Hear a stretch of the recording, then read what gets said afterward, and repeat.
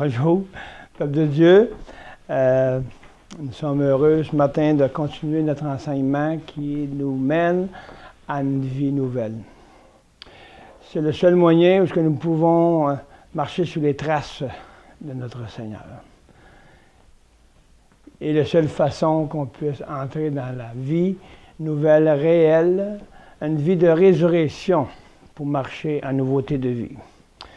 C'est le seul chemin.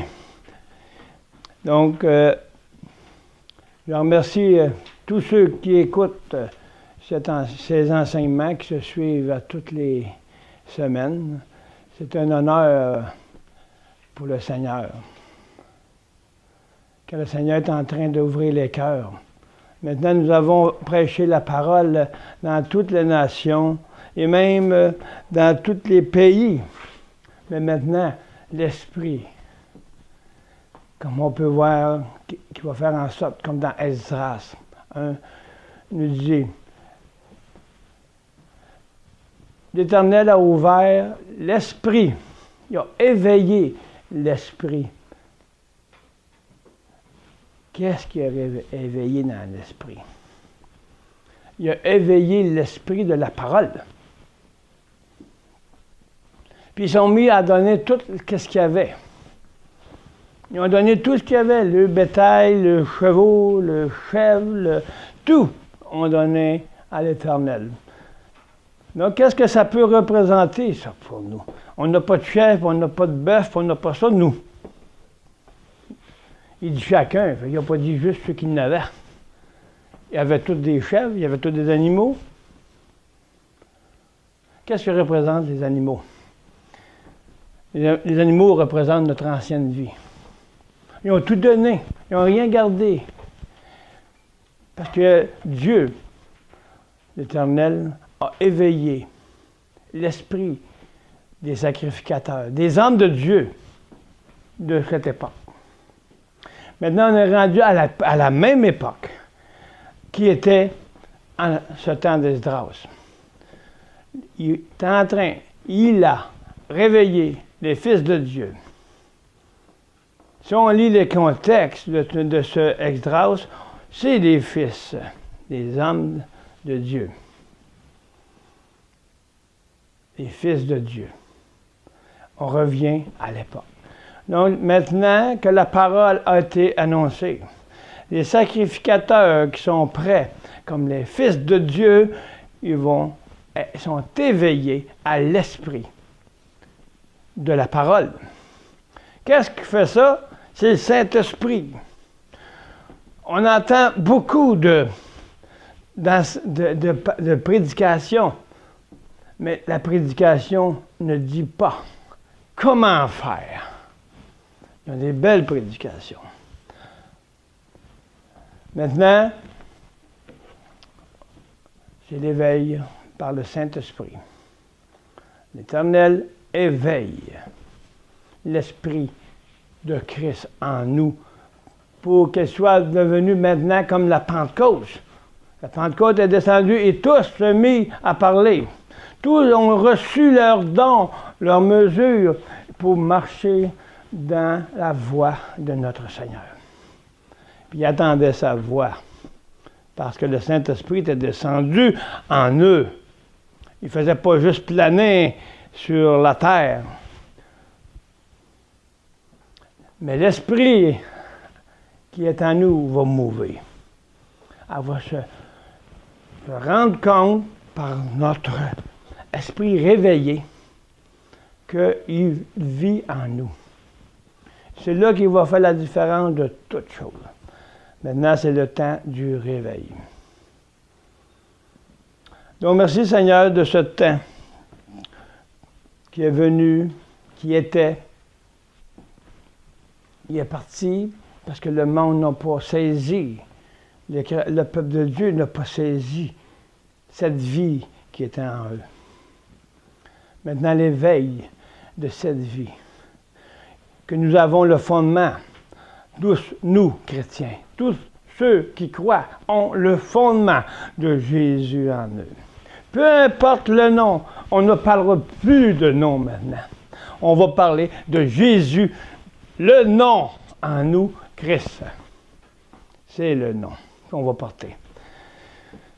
On va arrêter d'amener à parler divisé. Parce qu'on parle, même si on... Ah non, on n'a pas de division, on ne veut pas, ou on ne pense pas ça, notre langage le nom l'annonce. Notre langage fait en sorte que nos mouvements font en sorte qu'on est divisé. Parce que nos attitudes, nos comportements sont encore divisés avec la parole de Dieu. Maintenant, c'est fini le temps de la division. Il faut un langage commun, le langage de la croix. Et l'épouse va se réveiller. Donc, soyons pas comme nous étions. Nous sommes nouveaux maintenant. Nous sommes dans une époque de réveil. L'époque où que le Saint-Esprit va agir fortement dans le cœur de Jésus-Christ lui-même en nous. Et on va appeler ça conçu du cœur même de Dieu. Ça ne sera pas conçu avec les hommes et Dieu, avec le bien et le mal, bonne intention et mauvaise intention. Ça va bâtir avec le fondement que Christ, son amour. Son amour. Alléluia. On entend toutes sortes de prêches qui n'ont pas aucun sens. C'est le sens de mes efforts. Moi, ça fait 30 ans, ça fait 60 ans que je vis, puis j'ai toujours essayé de trouver l'amour par moi-même. Puis quand je suis venu à Jésus-Christ, je pensais l'avoir trouvé avec ceux que j'étais. Hey, on a toute une grande famille, là. Je ne l'ai pas trouvé là. Parce que les gens n'ont pas su être éveillés. J'entendais hier dans une prêche que ce pasteur-là disait, ils n'ont pas su, ils ont resté juste dans la parole. C'est bien, mais on est des chrétiens comment? Morts à la communion. Mais on a l'esprit, la parole en nous. Tous ceux, comme Pierre nous dit, qui ont reçu la foi, qui ont reçu la parole d'une même foi, ils ont tous en eux la parole. Donc on ne peut pas juger personne. On ne peut pas juger un autre rassemblement ou une autre assemblée ou peu importe son nom. C'est pas ça qu'on va emmener la parole. On va emmener le rassemblement du cœur.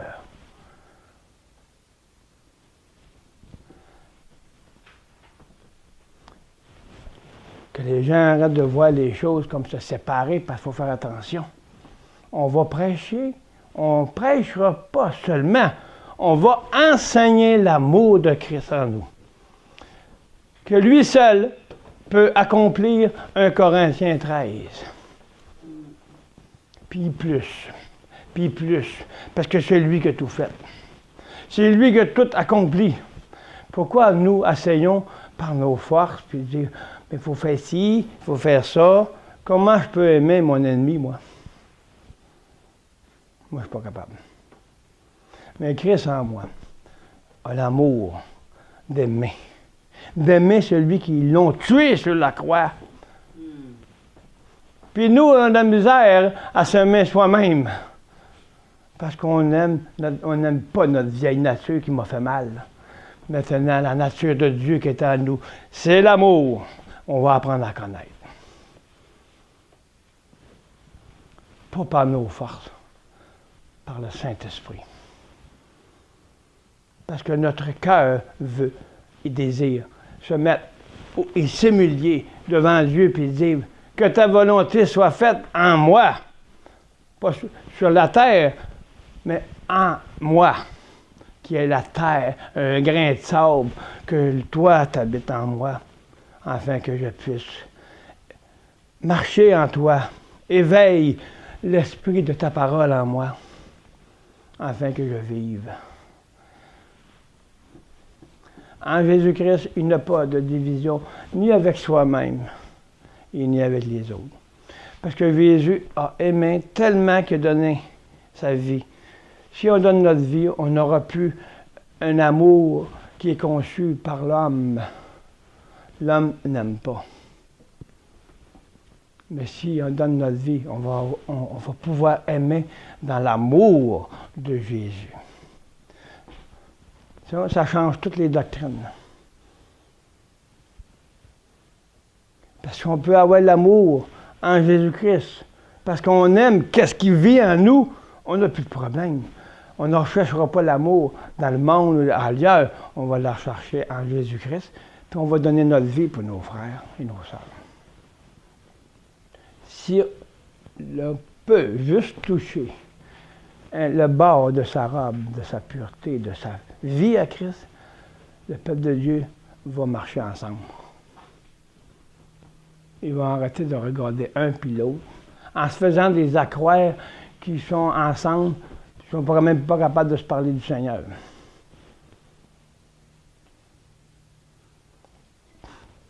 Donc nous, Père Céleste, nous désirons te servir. Nous désirons, homme de Dieu, être unis en toi premièrement. Premièrement, faire le corps des ministres, des responsables, de ceux qui s'occupent de ta parole, et non pas de la parole des hommes, conçue du cœur des hommes par leurs intelligences, mais conçue par révélation. Merci Seigneur, et nous continuons ce matin dans ce livre de la victoire en la vie de Jésus.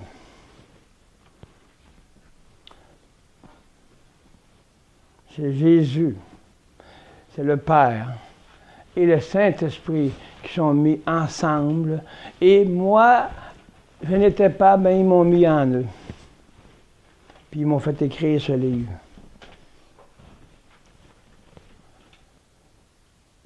Par une révélation du Saint-Esprit. Révéler Christ en nous pour écrire. Ce n'est pas des paroles qui viennent de mon intelligence. Je n'aurais jamais été capable d'écrire ça. Je ne pensais même pas d'écrire cela. Mais il a donné une révélation, il m'a dit, tu écris. Il écrit dans nos cœurs, premièrement. Comment pouvons-nous écrire les choses célestes si je ne les connais pas? Il a fallu passer par le Fils pour que le Papa dise, OK, Saint-Esprit, réveille-lui. Il faut que je se mette en accord. Puis moi, premièrement, et nous, il faut que je me mette en accord avec eux. Donc la volonté de Dieu, c'est la volonté du Père, du Fils, Saint-Esprit.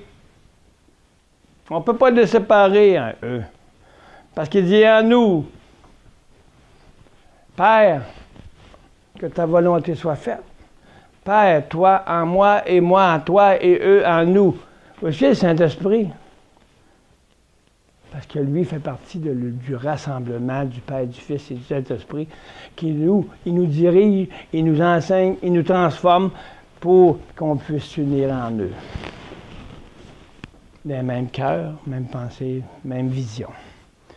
Donc, qu'est-ce qui fait en sorte de cette vision apostolique qui est dans le monde entier?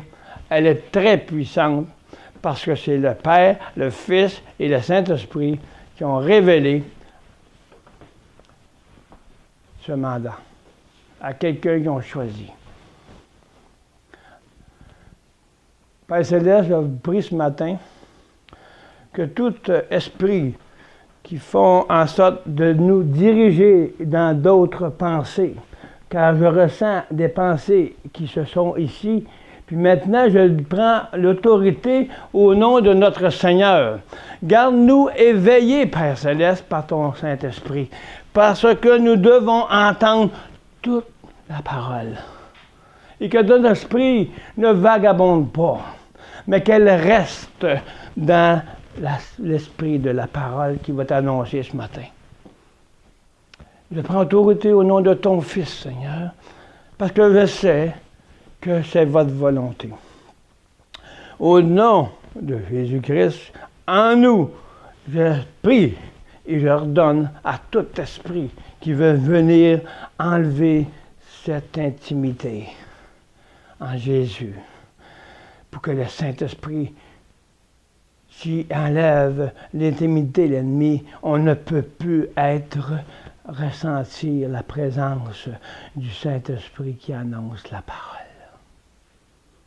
Donc, Père Céleste, je sais que maintenant, dès maintenant, nous avons la victoire. Nous sommes plus que victorieux parce que nos pensées maintenant sont remises à ta parole. Restons éveillés. Ne laissons pas vagabonder parce que l'ennemi, c'est ça qu'il veut faire afin de détourner la volonté de son Fils en nous. Amen. Amen. Alléluia. Suivons le Saint-Esprit.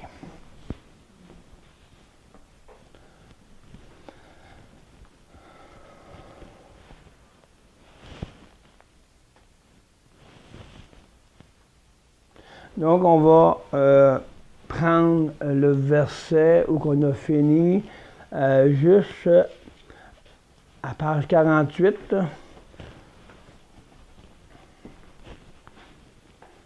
On est rendu aujourd'hui le 10 juin déjà, en 2014. Et j'annonce aujourd'hui au peuple de Dieu, aux nations, que je sais que c'est loin pour venir ici à Défi Jeunesse pour la graduation, que Agapé donne aussi cette direction pour que Défi Jeunesse soit reconnu comme étant dans toutes les nations, afin qu'ils soutiennent Défi Jeunesse pour nous. Et on va avoir une graduation le 5 juillet. Puis, je demande vos prières, je demande votre soutien. Et ceux du Québec sont bienvenus à Défi Jeunesse. C'est moins loin que ceux de l'Afrique. Même ceux me disent, on aimerait ça être là, ici, de l'Afrique. Puis ici, on n'a pas eu de commentaires encore. Vous voyez comment est-ce qu'on se tient au Québec, hein? C'est désolant de voir ça. Toi, peuple qui dort, réveille-toi. Avant de périr dans ton moi. Béni soit l'Éternel, car ils verront Dieu. Et tout genou fléchira, car le Saint-Esprit va faire un ravage à la chair. Et ceux qui attendront suivront. Car Jésus dit, mes brebis attendent ma voix, et ils me suivent. Quelle voix que nous attendons? Est-ce que je dors dans ma voix, dans mon langage qui me plaît, ou que je me réveille et je marche en cherchant le langage de notre Seigneur en nous, dans la communion du Père et du Saint-Esprit. Écoutez la parole. Ne faites pas seulement l'écouter, la parole. Laissez le Saint-Esprit agir dans la parole en vous. C'est le seul moyen qu'on puisse vraiment être transformé. Pour ne plus vivre selon mes directives, selon mes droits et selon ma propre destinée. Ce n'est pas la destinée de Dieu, c'est ma propre destinée. C'est moi qui aperçoit, qui fait ci, puis on va faire ci, puis on va faire ça. J'avais juste à donner votre vie, puis le Seigneur l'a déjà préparé pour vous.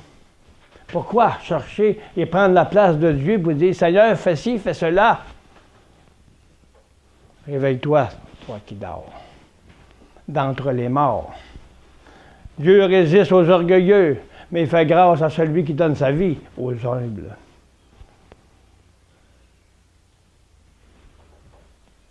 Merci Seigneur. Donc, on va continuer avec le verset 11 de Philippiens 3. Si en quelque manière que ce soit, je puis parvenir à la résurrection. À la résurrection d'entre les morts. Ah ben, ça marche bien avec le verset. Réveille-toi, toi qui dors d'entre les morts. Mort de quoi? Il n'est pas mort de l'esprit étant lui, mais il est mort de la révélation. Il est mort de la communion, parce qu'il ne peut pas marcher dans la transformation s'il reste selon qui désire. Mort. Mort à la communion. Il faut faire attention quand on parle de la parole, les morts, puis les ci, puis les ça, mais ici on parle de mort à la communion, parce que Dieu ne se défait pas avec une autre parole. Pierre dit, ils ont tous reçu la même foi, ceux qui l'ont entendu, ceux qui y voient, dans 2 Pierre 1. Mais qu'est-ce qui arrive? Ils n'ont pas pu voir en sorte la différence entre l'homme qui a fait le monopole et que Jésus avait prévu le Saint-Esprit pour qu'il soit transformé. Donc, il reste mort à la transformation parce qu'ils n'ont pas, faute de connaissance, comme la parole nous dit, ils n'ont pas pu être éveillés par le Saint-Esprit pour marcher en nouveauté de vie. Donc le peuple périt de la communion vivante avec le Seigneur et le Saint-Esprit, parce qu'il ne peut pas agir. Le Seigneur est en eux. Il attend juste, réveille-toi, le Saint-Esprit va te parler. Ah ouais! Comment je fais ça? Suivons la victoire à la vie de Jésus, puis vous allez voir le processus qui va vous donner la possibilité d'être enseigné par le Saint-Esprit comment revenir à la communion que était avant Adam et Ève, avant leur péché, leur désobéissance. C'est la même chose qu'aujourd'hui, on désobéit à Dieu parce qu'on aime vivre, moi. Si je puis parvenir d'entre les morts à toucher un petit peu une révélation,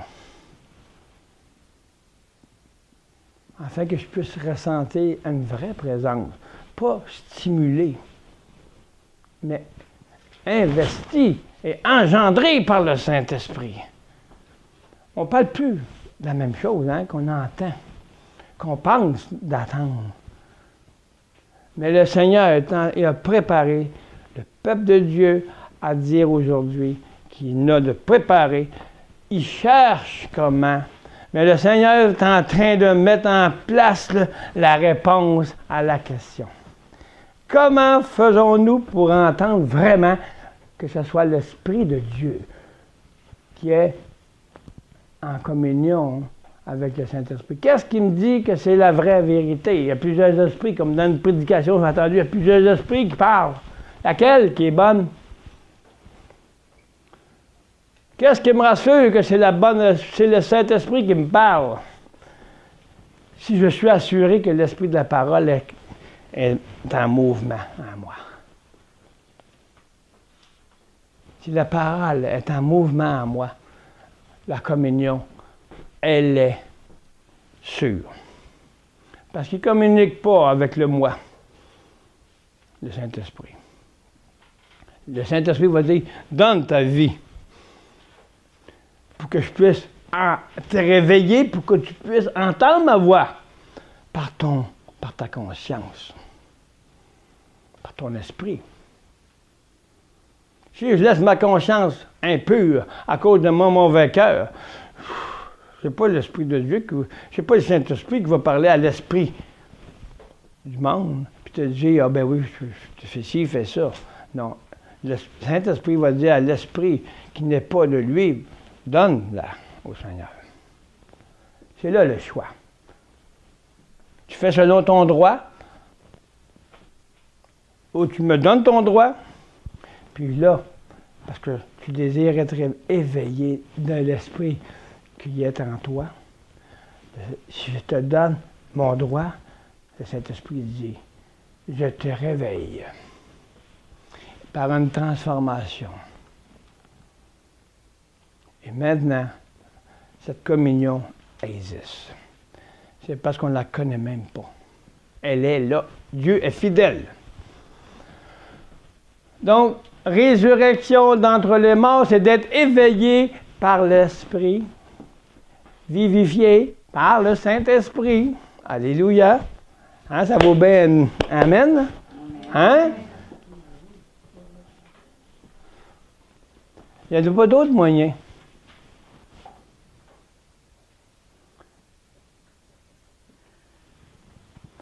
Donc, les choses importantes que Paul était d'être délivré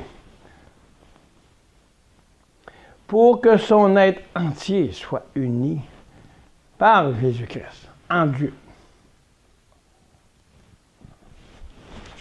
C'est merveilleux, hein? Wow! Par Jésus-Christ en nous, unis par Jésus-Christ. Unis par Jésus-Christ en Dieu. Pour être unis à Dieu, il dit en Dieu.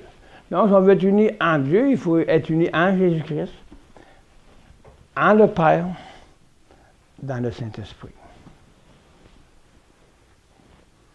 C'est le seul moyen par Jésus-Christ d'être en Dieu. Je ne connais pas le chemin pour aller à Dieu. Moi, ça me prend Jésus pour aller au chemin, pour connaître le chemin.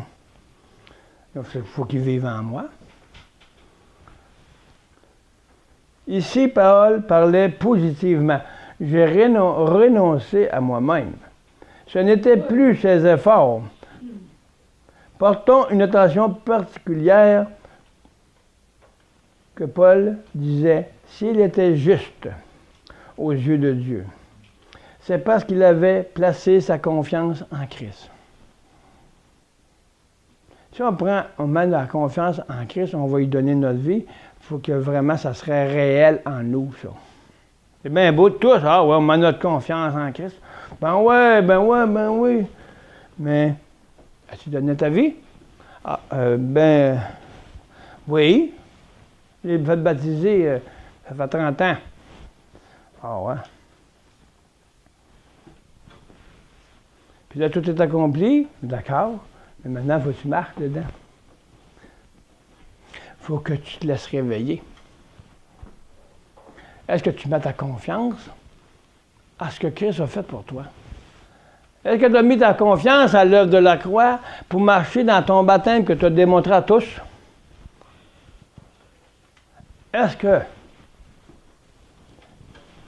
tu es réellement sincère avec ce que tu dis? Oui, je vais tout donner. Est-ce qu'on en a gardé un petit peu pour toi? C'est qu'est-ce qui m'empêche d'avancer. Dieu veut tout, puis lui décidera quoi enlever.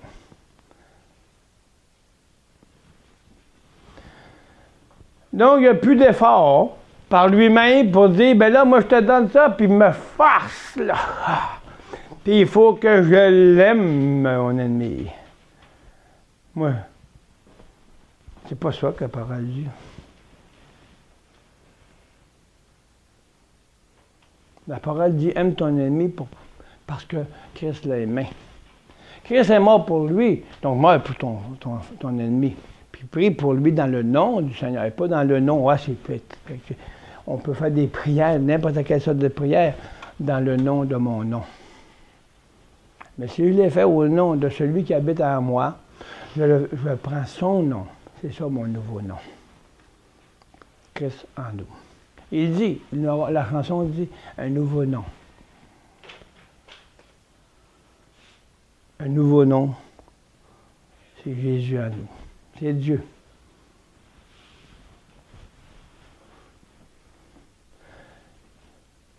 Donc, portons une attention particulière que Paul disait, s'il était juste aux yeux de Dieu, c'est parce qu'il avait placé sa confiance en Christ, dans sa délivrance. La justice donnée par Dieu était née de la foi. Et notre confiance va avec la foi. Premièrement, j'y crois, j'ai confiance, et je vais marcher dans la foi. De qu'est-ce que je crois? Parce que j'ai confiance à celui qui est mort pour moi, puis j'ai confiance qu'il va me donner la vie, parce que la parole dit qu'il est mort pour moi, et l'œuvre de la croix, elle a la puissance de Dieu.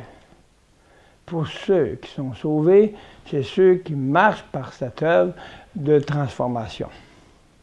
Ils sont sauvés de leur vieille nature, qui les empêche d'avancer, qui les empêche d'être eux-mêmes en Christ.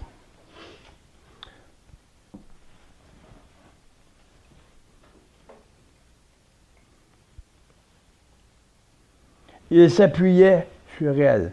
Paul nous montre ainsi que sa foi était basée, appuyée sur ce que Christ a déjà accompli par la croix. On dit, ah, Christ a tout accompli.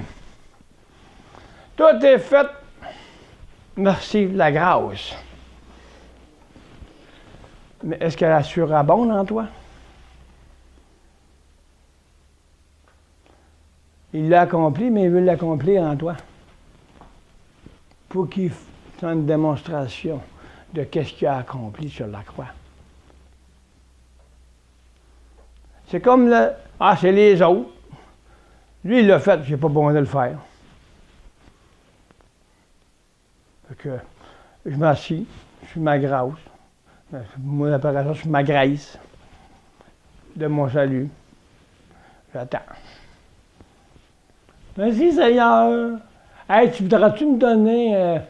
Là, je suis pas bien là, aujourd'hui. Voudras-tu me donner ça? Voudras-tu me donner ci? Vas-tu me donner ça? Quelle confiance que vous avez au Seigneur. Si vous auriez confiance un petit peu, vous diriez avant de dire de me donner, merci Seigneur de me l'avoir donné. Parce que j'ai confiance. Vous me l'avez donné, vous l'avez tout accompli. J'ai juste à le prendre, à laisser le Saint-Esprit me le montrer, pour le faire vivre en moi. Je dis, Mme Couture, elle a tombé il y a quelques années, mais elle savait que le Seigneur était pour l'accomplir, la guérir. Mais ça a pris quelques années pour que le Saint-Esprit agisse en elle, pour qu'un autre soit aussi dirigé vers elle, pour l'accomplir ce qu'elle priait pour son dos et son malaise physique. Il a placé un homme qui croit en Christ, peu importe qui il est. Le Saint-Esprit lui a parlé. Aide à cette madame-là. On fait se coucher plus de bonheur.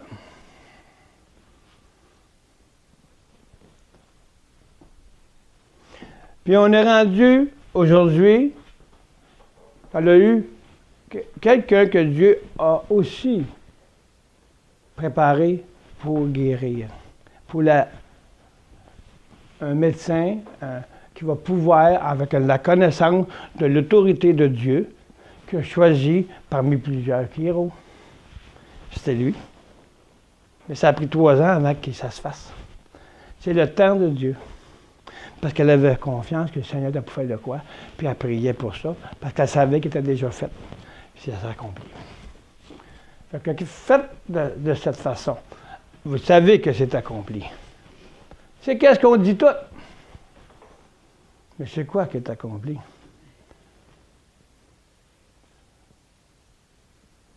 Tout ce qui est accompli, c'est tout ce qui est accompli, c'est tout ce qu'il a fait pour nous. En tout, il n'a pas oublié une seule chose. La foi, c'est d'espérer par une prière confiante que c'est accompli, Seigneur. C'est quand que tu vas le faire? Mais moi, je prie juste pour que tu que tu l'accomplisses parce que je sais que c'est accompli. Puis le jour, il vient. La révélation, il va souvenir à tous nos besoins. Parce que j'ai confiance à ce que je dis. Là. Comment pouvons-nous avoir cette confiance? C'est parce qu'on sait que Christ habite en nous. C'est la confiance de Jésus pour que le Saint-Esprit fasse en sorte d'accomplir ce qui est déjà accompli par l'accomplissement de cette vie, de cette mission que nous avons en lui, dans le corps ou dans le physique ou dans le Saint-Esprit ou dans l'intérieur et ainsi de suite.